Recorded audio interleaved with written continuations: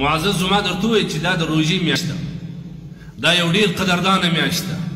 په دې میاشت کې باید مسلمان د مسلمان سره همدردي وکړي. نبی علیه الصلاة والسلام فرمایي شهر المواسات، دا د همدردي، دا د غمخواري، دا د زړهسوي میاشت ده. انسان په دې میاشت کې باید زړهسوی ولري، همدردي وکړي. زموږ ستاسو معاشره کې رقم انسانان شته، بیا خاص کر دا نن حالات تاسو وګورئ، اقتصادي حالات زموږ دا پر کوم خوا روان دي. خاص کر زموږ هغه پښتانه ورونه چې په چمن کې اوسېږي، هغه د ډېر زیاتو مشکلات سره مخامخ دي. زموږ ستاسو د هغه نه علاوه نور په هر علاقه کې یتیمان شته، غریبان شته، داسې غریبان شته چې په ټول میاشت یې په کور کې اور هم نه دي لګېدلی. دغه میاشت د همدردۍ میاشت ده. که غواړې چې خپل رزق کې برکت راولې، د الله رسول وایي دا هغه میاشت ده چې په دې میاشت کې الله سبحانه وتعالی د بندګانو په رزق کې برکت اچوي. خو که چیرې بنده غمخواري وکړي، بنده همدردي وکړي، د الله څخه وویرېږي.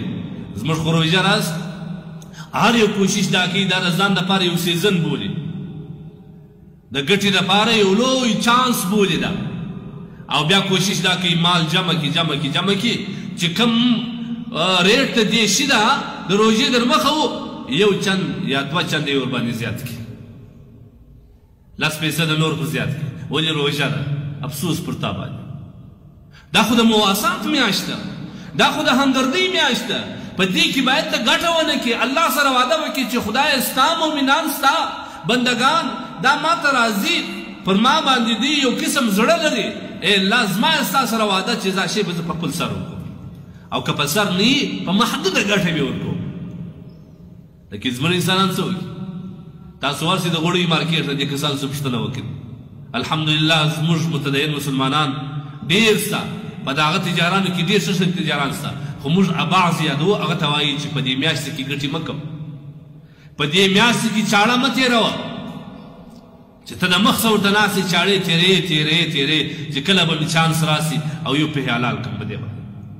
دا د غریبان دي په دې کې، دا ګوره په قرض یې د چا څه پیسې اخیستې دي، یوه ډبه غوړي کور ته وړي، په زارې یې ځینې اخیستې دي.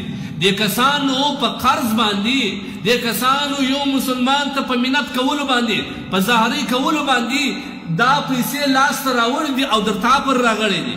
تا څه به وکړې؟ تا د ده سره کوم قدرداني وکړه؟ تا د ده سره کوم همدردي وکړه؟ ګورې مه کوي عزیزانو، خاص کر تجارانو ته وایم په دې میاشت کې که چیرې سړی د 1 روپۍ زکات وباسي، مطلب 1 روپۍ د الله په لار کې ورکړي، دا الله سبحانه وتعالی بېشماره اجرونه به دې باندې کوي. که زکاتونه لري په دې میاشت کې وشیندئ.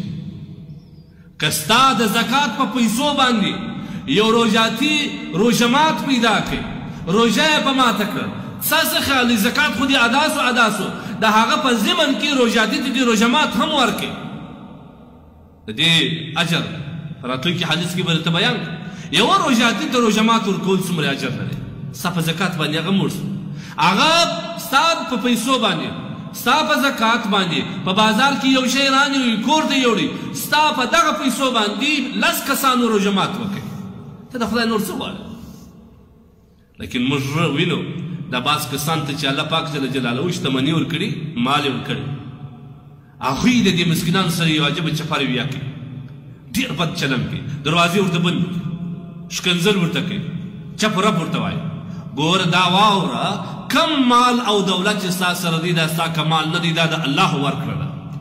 الله پر دې هم قادر دی، الله پر دې هم قادر دی چې دغه مال دغه دولت ستا څخه واخلي، د هغسې تا د یو چا ودر ته ودري او د هغسې په زهیره خوله دې ودري، او تا ته خپل کوچنیان هم پیغور نه کوي چې په کور کې هېڅ شی نشته، ته څنګه په کور ناست یې.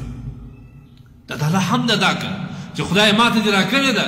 ستا پر سرخان باندې د الله څومره نعمتونه پراته دي، ستا پر سرخان باندې څومره زیات رقم خواړه پراته دي، لیکن ورسه د غریب او د مسکین کور ته چې هغوی به یا په پیازو ډوډۍ باندې ګزاره کوي، غوړي نه لري، او یا به دوی کتغ نه لري، که کتغ لري یو عاجز معمولي کتغ، یا به کډو وي یا به سبزي یا به دا شي، دا کتغ به د دې ګزاره یې مه کوئ عزیزانو.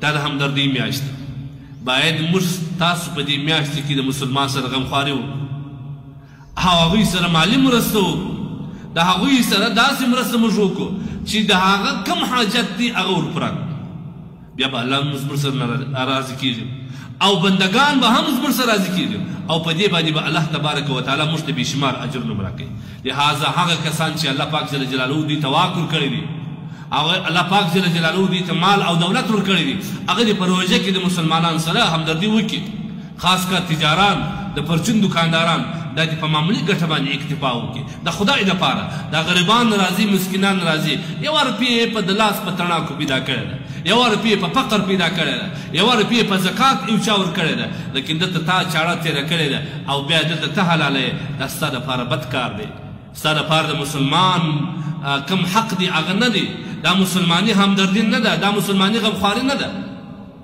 باید ګوري په دې کې ډېر زیات احتیاط وکړي